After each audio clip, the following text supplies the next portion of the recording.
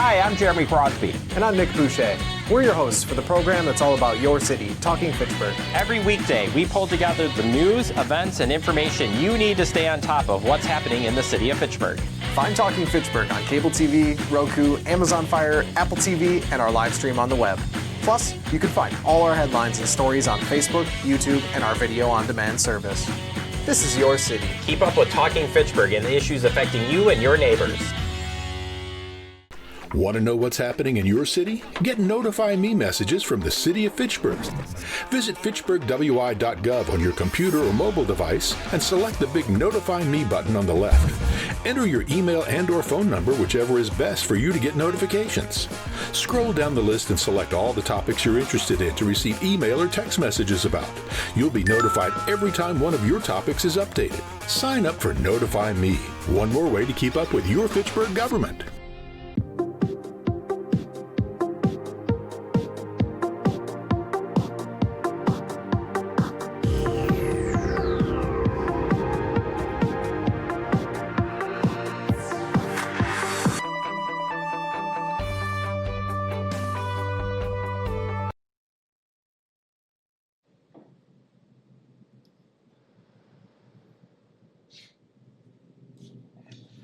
Welcome to the September 17th, 2025 meeting of the Police and Fire Commission.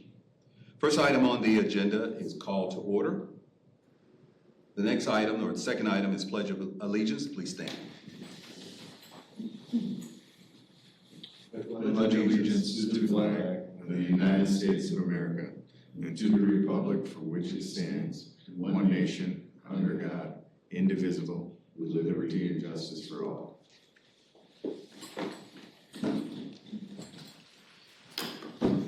The third item on the agenda, 3A, is the approval of the August 20th, 2025 Police and Fire Commission minutes. We'll accept a motion to, well, first, are there any questions about the minutes? Any edits, changes? No? Move approval as presented of the minutes from August 20. No, second. Okay, it's been properly moved and seconded. All those in favor, say aye. Aye. All opposed, say no. All right, the motion carries. The minutes are approved. Item number 4 on the agenda, public appearances for non-agenda items. We have no one here from the public. Well, I would just like to make one statement. Today is Constitution Day. On this date in 1787, the Constitution was signed by a group of men at Independence Mall in Philadelphia, where I'm from. So just wanted to recognize that day today. Thank you, Commissioner Wheeler, for that historical moment. Okay, so seeing that there are no public appearances, we will or other public appearances, we will move to item 5A, and this is a proposal submitted by Commissioner Wheeler. So Commissioner Wheeler, I will recognize you to speak to this proposal. Yes. When it comes to promotion, I think since we are the hiring authority and also promotion and firing, I think it comes a time where we have to have all the information in front of us, and we need to basically make decisions based on all of the available information up to and including interviewing people that comes before this body for promotion. During the last process, that did not happen. We got all the information the day of that we were going to make a decision, and I personally didn't think it was enough time to digest that information, have that person in front of us, and so that we can ask questions, see how the person responded to questions, and then ask additional questions. I did have some conversations. In fact, I think even the chief said that probably people sergeant and above should come before the PFC for promotion interviews. I don't think it needs to be sergeant or even maybe lieutenant, but I do have a strong feeling. I think that captain and above, since we are talking about that captain level, is management, and they lead department, they bring vision and also direction to the department, that we should have more information on that candidate. So that's the way I would like to open it up. I don't know if we need to ask Sarah to come up with a process for that to happen. I mean, one thing I don't want it to become so burdensome on us, you know, because we do have full-time jobs and everything else like that. But I do think we need to add an extra step in there to where we are looking at information prior to actually making a decision and then bringing that person in for a personal interview. So I'll just leave it at that right now and welcome any comments, say yay, nay, or whatever. If you would, Commissioner Wheeler, how would you wrap this into a motion? What would you like to?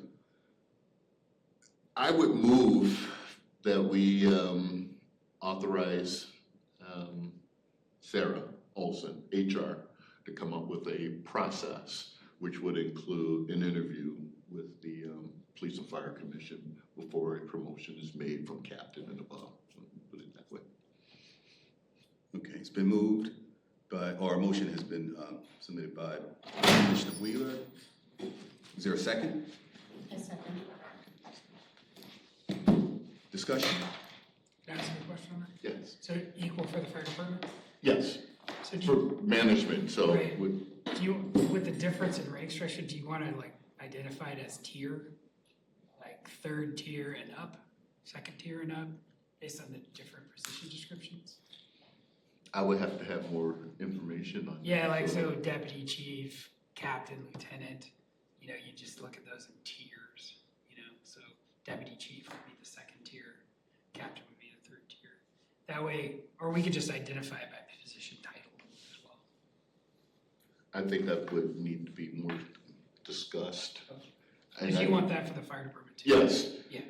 Why don't I make the motion that instead of talking about captain and above, that we have Sarah Olson, our HR director, come up with a process that includes an interview for, I don't know how to say it, that would include the fire department tier, but for promotions, let's just What say. is a command at the command level Executive level. or executive level? Fire. Yeah. and police. That would be, Yeah, I was just trying to make it generically fit both sides and then plan for change too.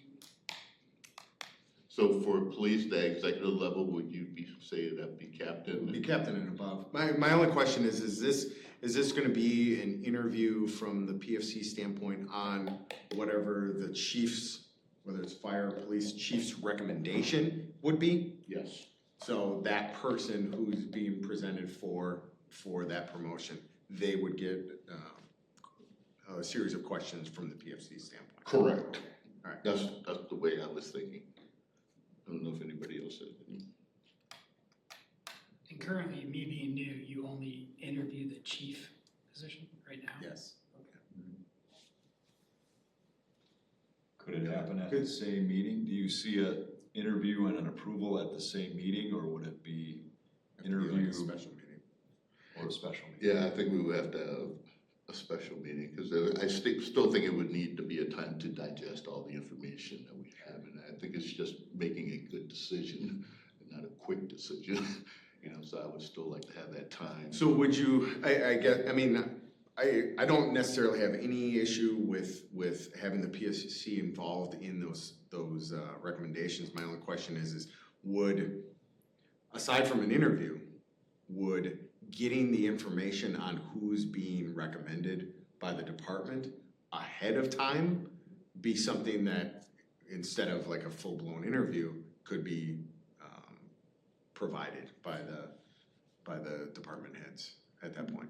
Not for me personally, because I would like to have an opportunity to interact. The way I would do it, I would look at the information, I would formulate my questions. Sure.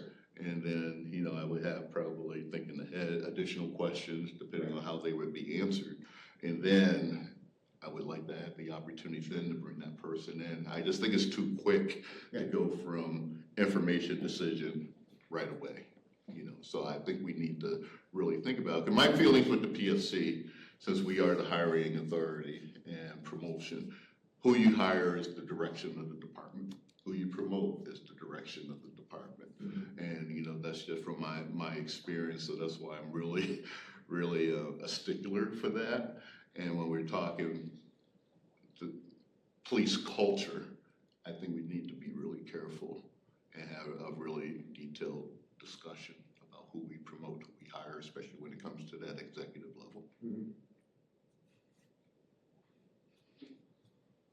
Any further discussion?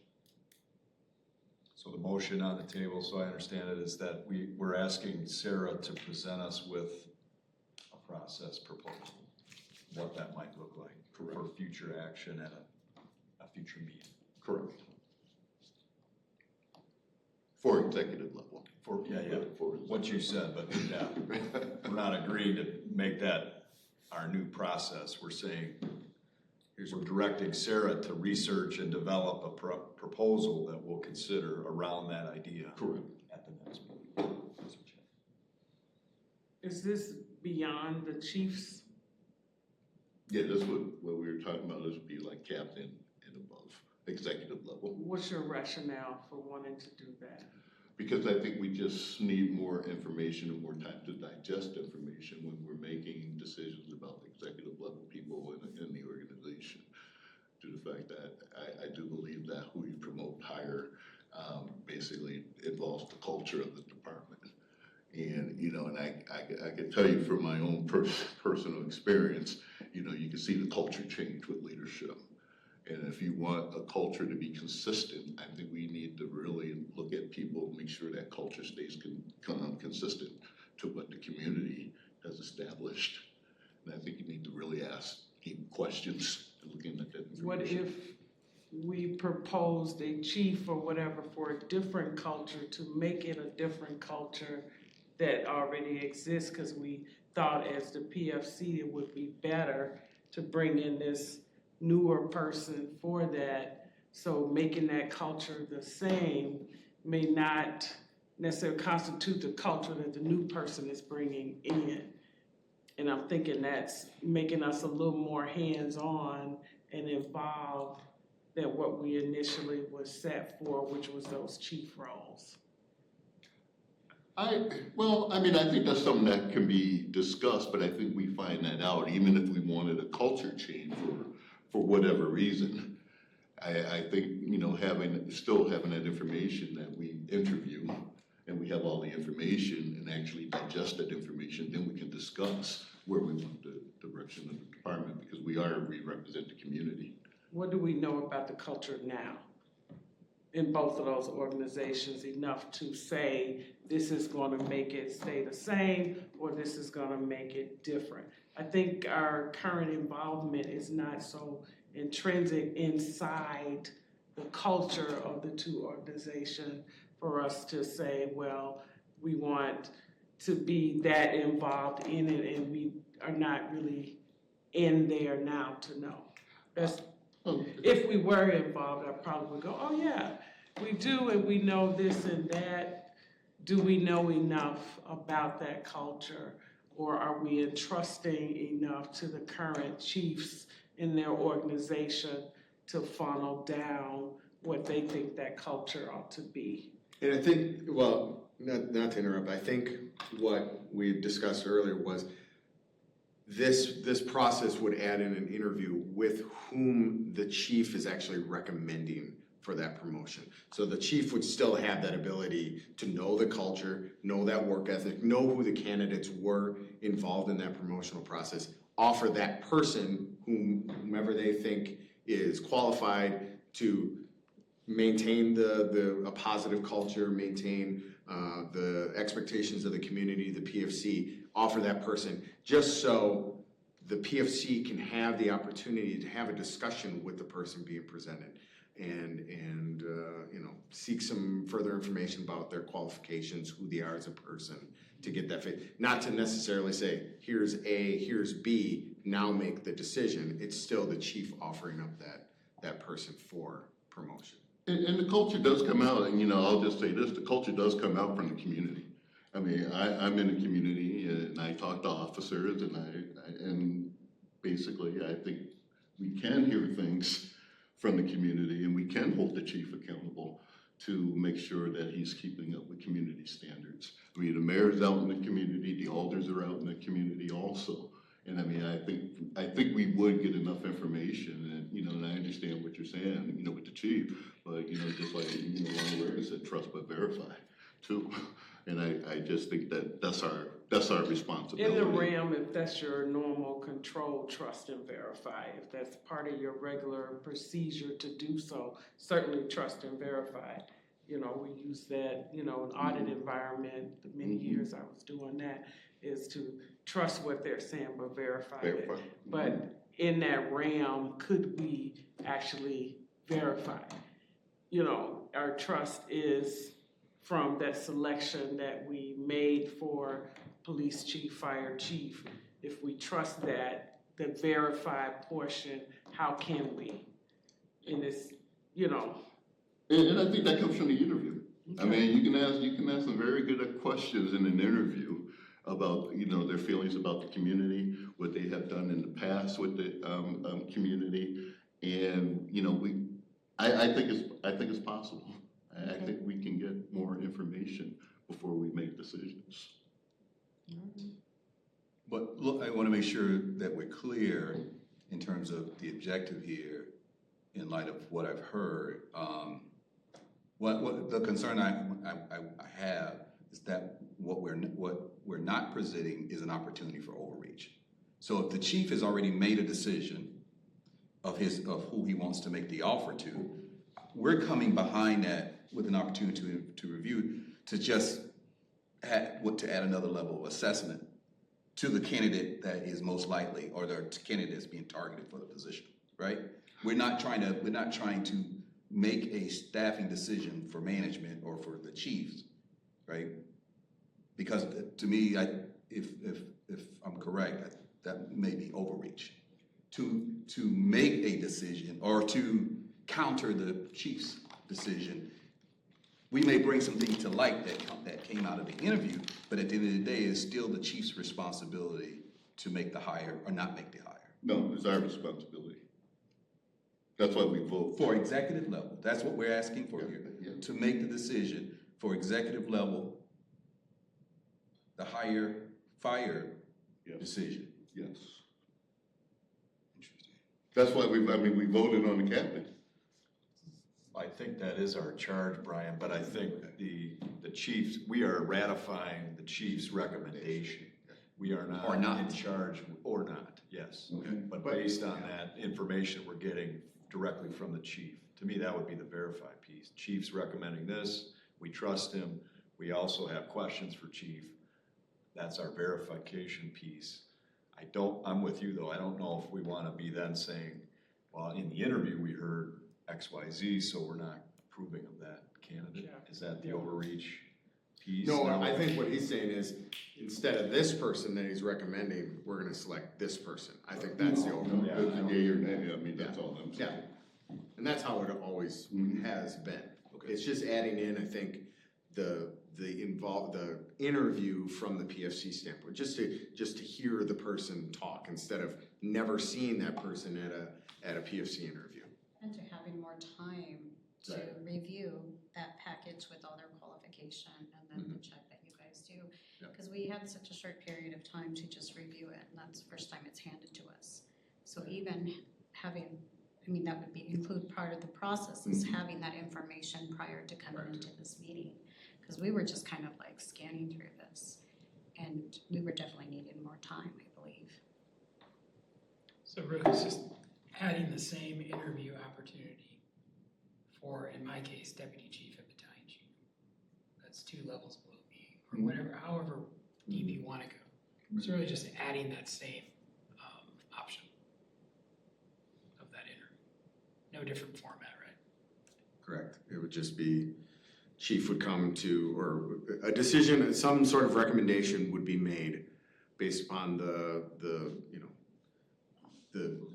meeting the minimum qualifications, having done the panel interview with outside people, community members, outside law enforcement, then the chief interview, then an assessment of their qualifications, what they've done in the department. That's what the chief and the department compiled together already. Then present that information as a recommendation, and you get that information ahead of time. And obviously Sarah can verify all of this stuff.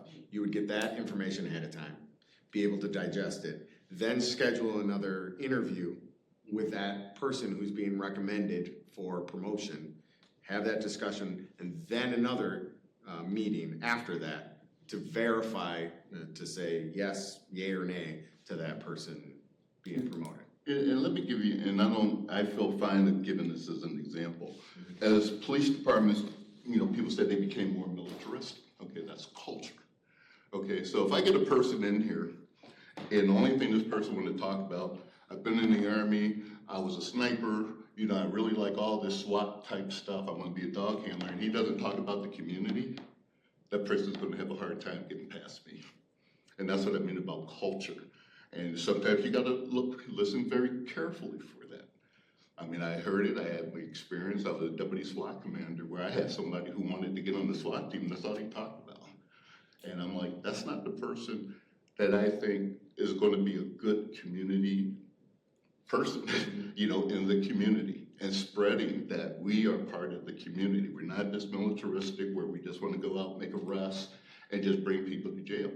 And I think, like I said, in my experience, you can detect that. Asking the right questions, looking at the information. And those are the things that I talk about when I talk about culture, because it slips in very easily through training, through what people say, and I've seen it happen. And that's why I'm like really adamant about that. I want to have all the information in front of me because I want the culture to be a community-led policing, community policing. And I don't want, you know, the people all of a sudden think I'm just going to get on the department. I'm just going to be John Wayne out there and everything else. And that starts with leadership. And it starts, you know, actually it starts with sergeant, but I'm willing to go, let's say at executive level, make sure that the culture stays the same with the way we want the department to be led by people who are really invested in the community. I say that's very commendable, and I would have hoped and believed we would have done that and thought that with the chiefs that we were presenting and that we interviewed, that that's the culture that they would do within their organization, and they would keep that going throughout their organization, and that level in between, whatever that is, the chiefs, you know, are looking to make sure they are filling those positions with those like-minded people. And then what we're doing is, you know, already entrusting what we already put in place with those two chief roles. I just think I would love to have that what you're saying, but, you know, how do you do it to do that? And then how do you know, say, chief, you know, we put you here, we interviewed you, we feel like you're the right person, but we need to go in there and see exactly what you're doing for this hiring beyond, and we need to talk to them beyond just saying, here's what we presented, here's the background that we have. You know, yes, give us that information ahead of time, and then we could pose those questions to those chiefs. Did you make sure the person has this thought?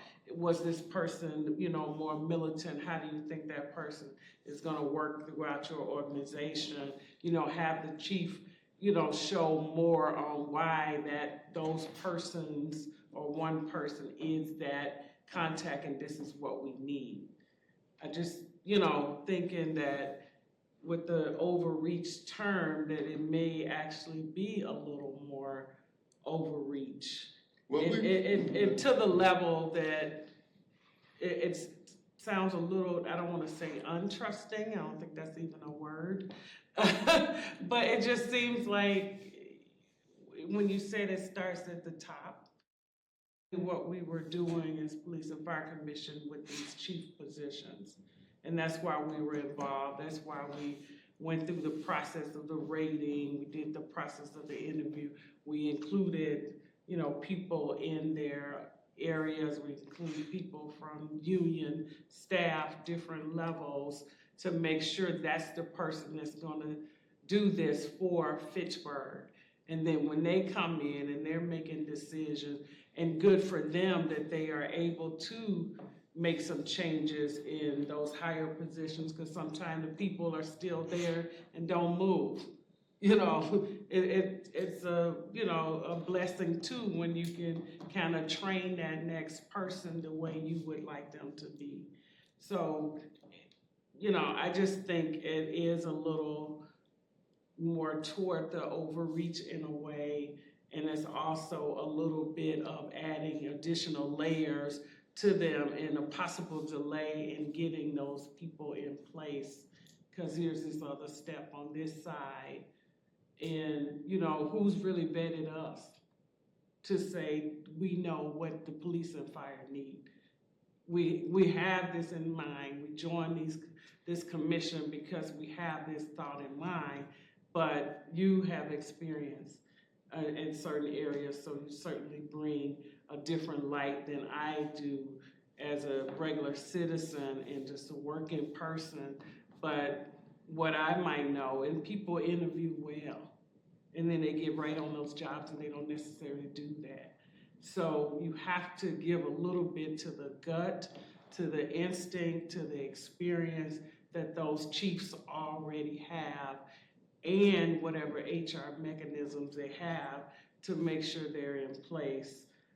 And certainly if we can look at it, and if we have heard or find out, then hey, here's some information I have about this, but we gotta make sure we're not interfering and delaying their process and them moving forward for the community as well.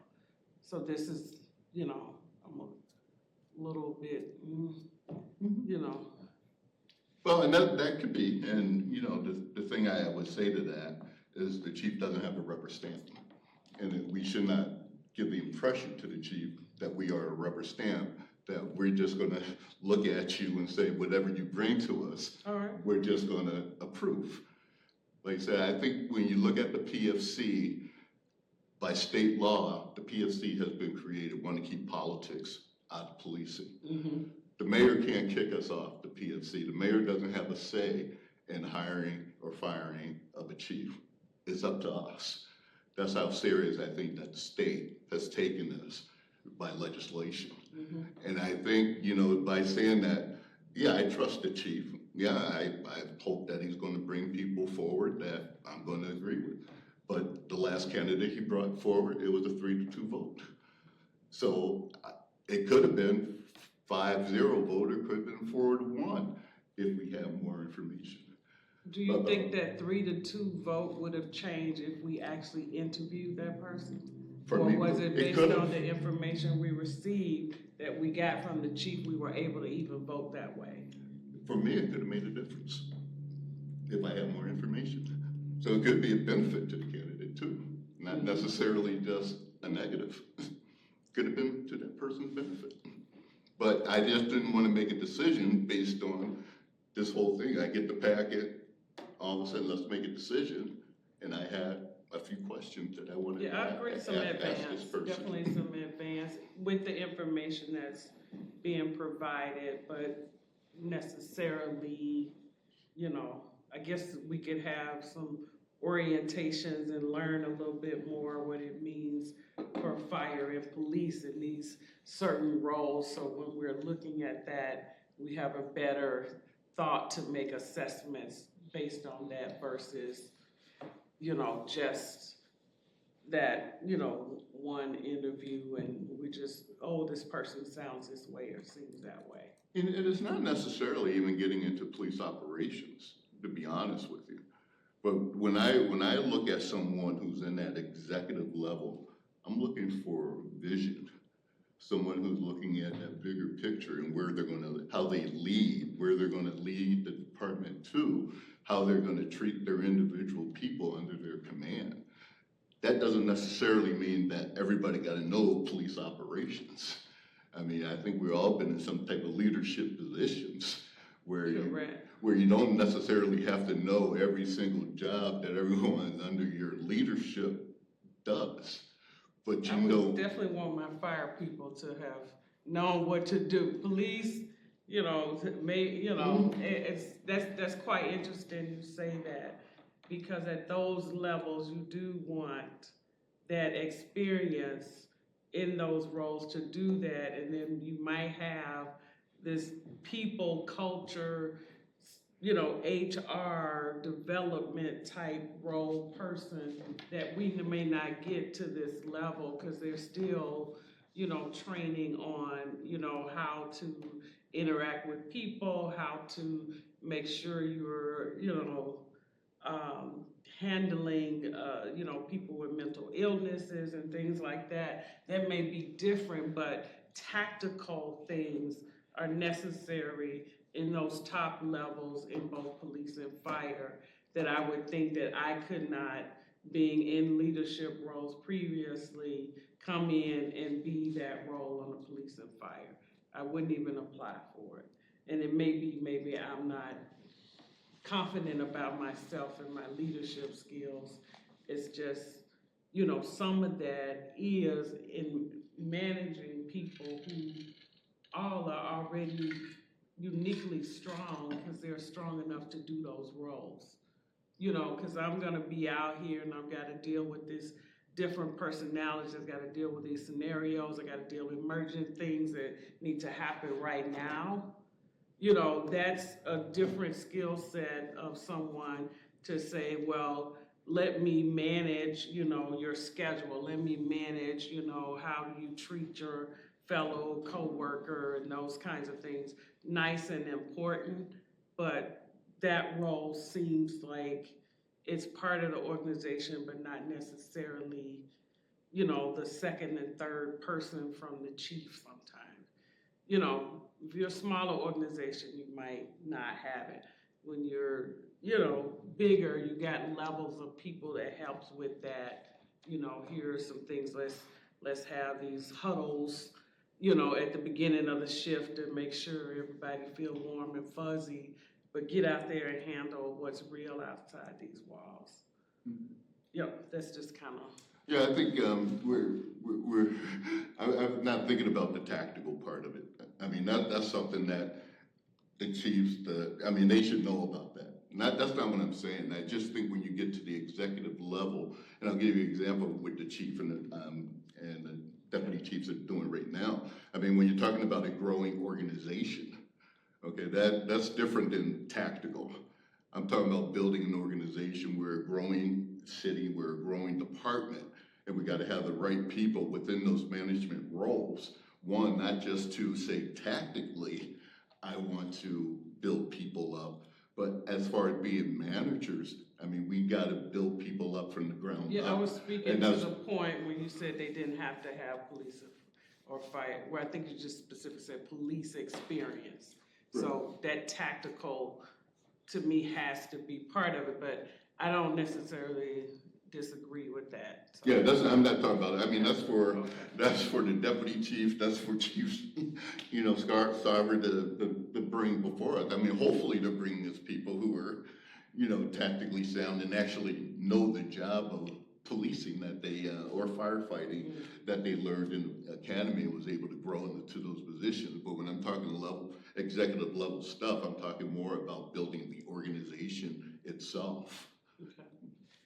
So, go ahead. So we've had you've had a pretty robust process.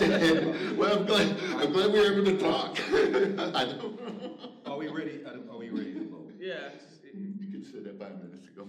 Do we need a vote or a motion? The motion's on the table. We had to direct Sarah to do that. Request to discuss the materials. Well, a motion was put on the table. Yeah, motion was put on the table. And I thought it was properly second. Yeah. Okay, and so we've had the discussion, and so now we need to have the vote. So all those in favor of the motion that's on the table right now. Are we able to restate it? It was having directed Sarah to propose a research process in which the PFC, this body, would have an interview and assessment of the candidate that the police or fire chief presented for So promotion. this is just for the those process executives. of that Yes. and not that in It's not, itself. yeah. Okay. It's just to research that Okay. process. All those in favor, say aye. Aye. All opposed, say no. Motion carries. I know I can say no. Motion carries. All right. See, the other meeting, you wanted me to start saying something, and I was just saying I second. And then you asked for it. And it's only when I feel like it's necessary. See? All right. Be careful what you ask for. Moving along here. Next item on the agenda, 6A, staffing report from the fire department. All right. I definitely think that conversation was proof that you're not a rubber stamp. Yeah. You guys care. That's awesome. So, all right. So we'll talk about my activity report. August, we actually ran less calls than we did last year. And you'll see that kind of broken down into those most common call types. We do a great job in this city preventing car accidents. We just have a lot of really good drivers. I mean, these number of car wrecks, if you see that, is great with a city of this size. So good stuff. Also, from 2023 to 2024, we've reduced our false alarms by 36%, which is a really big deal. So you see we're still climbing in the number of calls representative of our growth in our city, right? But again, we're really working hard on those false alarms, getting those systems working the way they should be. We just transitioned into a new inspection period, so a little slower getting the jump on that. So just 14 inspections last month. We had our chief lunch, which I think I notified you folks about. He retired. We had a little party for him on Saturday. Great guy, and him and his wife are getting ready to go on a 2-month road trip, Route 66 up the coast, all that stuff. So he's a great guy. I think it was 45 years in fire and EMS. So great guy. He'll be a big loss, but he just lives 2 blocks away from the station. So we'll go bug him as much as we can. So that's one update that you'll see next month. That POX chief will be down to 0, but we have 2 different processes out for POX folks, one for battalion chiefs and one for firefighters. So we're getting applications in. We do have a lot of interest, especially at the chief level. So that's really good news, and we'll proceed with that process. I think towards the early part of October. The applications are due on the 29th. So looking forward to that. And then we're going to talk about the career firefighter process. I've completed all those interviews, and I have a recommendation for you. And then we'll also establish a list that we can talk about. Overtime. So less than last month, but we are at our overtime budget limit as of this month. So we're working on some creative ways. Our POX hours are down. So when you really look at that, staffing, those budgets kind of complement each other. So we are down on the POX side, but up on the overtime side. So we're going to watch that really closely and just make sure we can try and balance that out. Is that a concern of yours? You're still new, so you can kind of blame the last regime for all of this, but what do you see from the outside looking in when you see overtime like that, in a month? So we did have that injury to one of our interns, which requires that seat to be filled, and oftentimes that may be by overtime. So we did have that. We had an additional injury, and then apparently prior to me getting here, we had a couple of FMLA leaves. So I think that had an impact, but overall, those are pretty small numbers for the big picture. There's some policy management that needs to take place prior to next year that I think will help with that. And again, we can talk about that in closed session too if you want, but I think that has something to do with it. And then I'm working on getting more POX staff as well, which is what we're trying to do right now. So it's not a staffing issue? Well, we allowed staffing. It's just getting the people, and obviously we're at training factory for some bigger fire departments.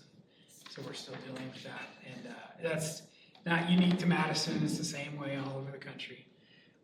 But again, we have a really good reputation, and it does draw a lot of those folks to us, which I do think we get a benefit from. But reducing those fire alarms by 36% is outstanding. A lot of that credit goes to our fire marshal, Mark Malekish, who is doing an excellent job following up on some of those problematic systems and really helping our community business owners and property owners understand their systems, understand their requirements, and how to avoid problems. We definitely look at it as a partnership versus enforcement. We want everybody to be safe, and we want to help them maintain their systems efficiently.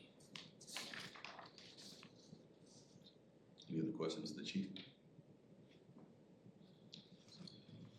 All right, thank you, Chief. Next item on the agenda, 6B, is closed session. I will take us into closed session. Pursuant to section 19.85, subsection 1, subsection C, Wisconsin statutes, the commission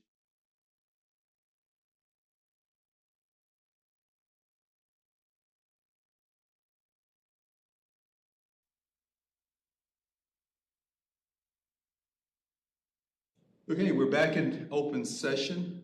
Are there any actions to be taken based on our discussion in closed session? I will move that we accept Chief Sarver's recommendation and extend a conditional offer of employment for the position of career firefighter. Commissioner Baxter has made a motion. Is there a second? Second. Okay, it's been properly seconded. Any discussion? All in favor of the motion, say aye. Aye. All opposed, no. Motion carries. Thank you. Is there any other action to be taken? I make a motion giving the chief approval to create an eligibility list for career firefighter. Commissioner Wheeler has made a motion. Is there a second to his motion? Second. Any discussion? All in favor of the motion, say aye. Aye. All opposed, say no. Motion carries. All right, moving on to the next item on the agenda, 7A, staffing reports from the police department. All right. So if you take a look at the staffing report for September 17th, 2025, the staffing numbers look a little deceiving because of the change that recently got approved by the city council for our reorganization. Our totals currently are 55, but it's actually going to drop down to 54 because we are taking our three of those 4 vacancies and we're turning those into our detective sergeant and our evening lieutenant position, which we'll talk about later today. So we're going to have a sworn staffing level of 54 moving forward. So that's one of the changes. Obviously, that comes at a sacrifice of 3 police officer positions, but we felt as if it was the most important for a police department to insert those levels of supervision and management within our department, especially on the hours where command chief are not there Monday through Friday, 8 a.m. to 4 p.m. So we needed to insert those, create some efficiencies within the department. In addition, we are going to be eliminating our dispatch services for the police department. We're eyeing up a specific date of potentially October 13th where that will take effect. We're going to be doing a series of interviews for support specialist positions. 2 of our dispatchers, dispatch positions will be laid off as part of this reorganization, and hopefully whomever does end up getting laid off because they're not selected for one of the new support specialist positions, that they have already kind of indicated that they're seeking other employment elsewhere, and that those opportunities will present themselves for those particular employees. Any questions on the reorganization? Happy to text. So just to be clear, we're actually reducing our sworn staff. We are by reducing one. our sworn staffing by one. This is hopefully just going to be a temporary reduction in our staffing levels because it's not going to impact what we're going to be asking for in the future. Even as early as 2026, we're gonna ask for additional lieutenant positions in the hopes that we get a shift lieutenant on every shift, not just the one that we're getting through this reorg. Additional officers, we still have the COPS grant available to us.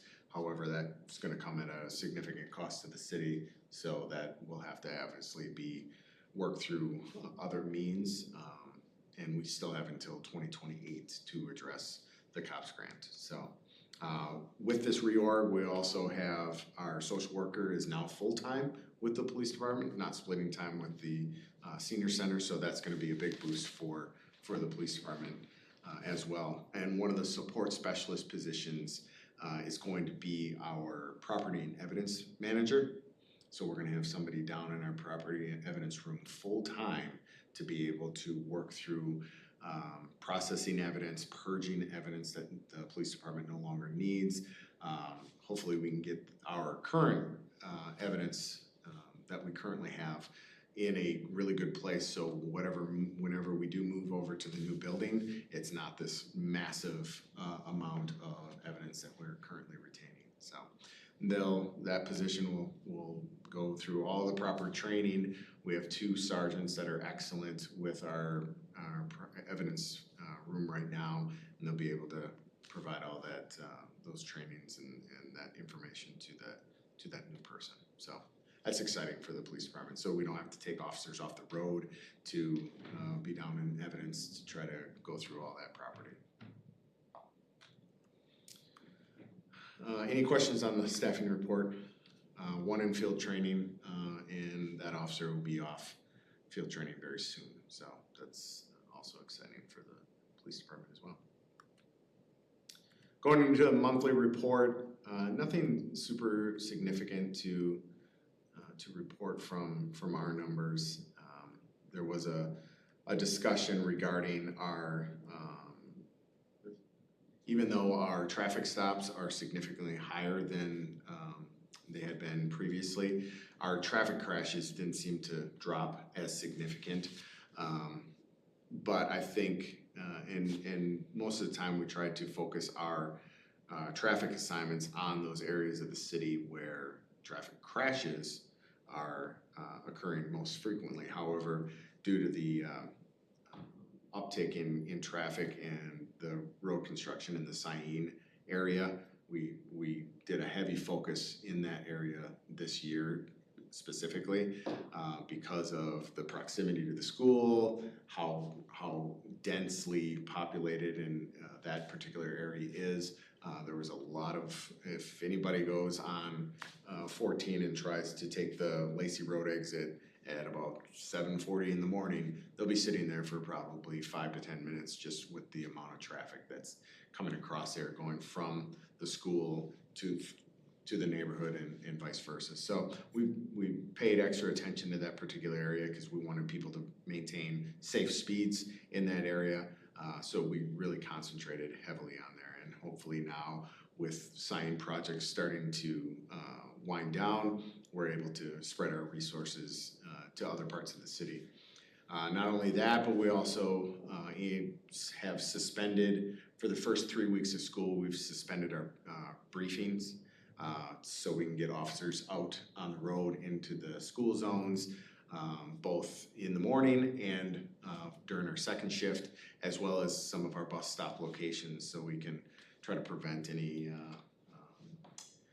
disturbances coming from the bus stops from school or from kids getting off in the afternoon. So, any other questions on some of the numbers or the monthly summary from August 2025?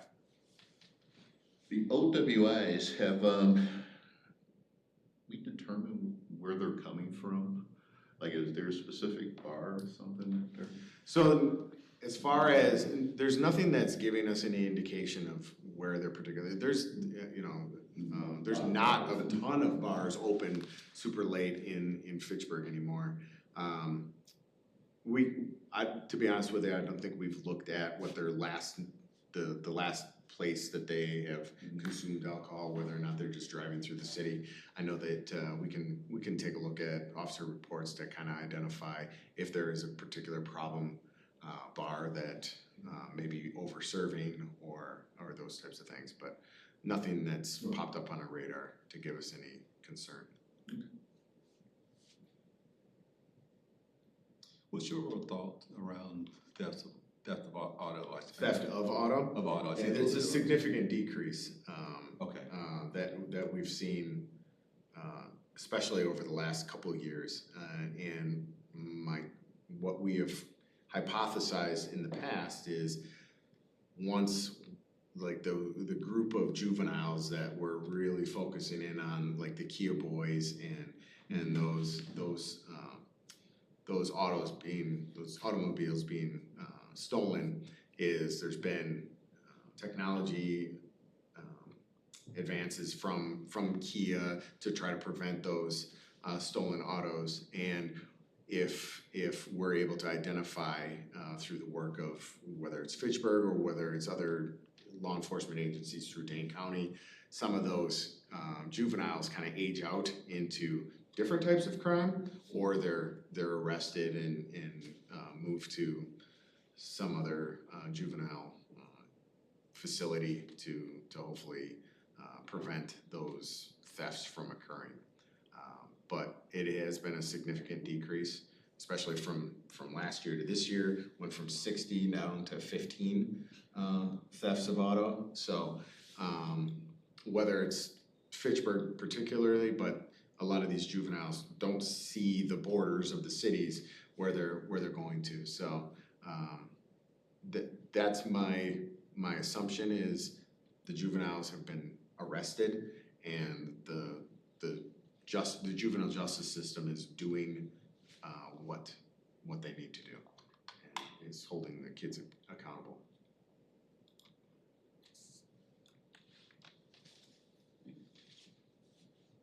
Any other questions for the Deputy Chief?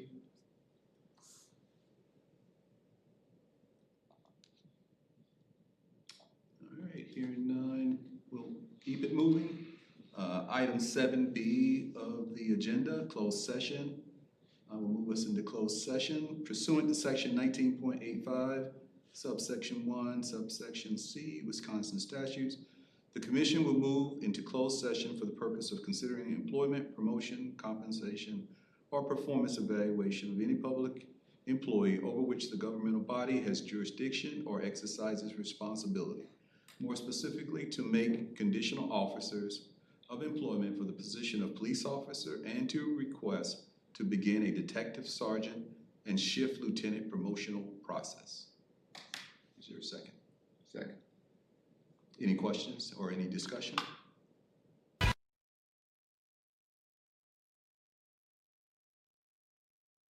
Anyway, you get some type of managing cases and all that other kind of stuff. Okay, we're back into open session. Are there any actions to be taken on items discussed in closed session? Yes.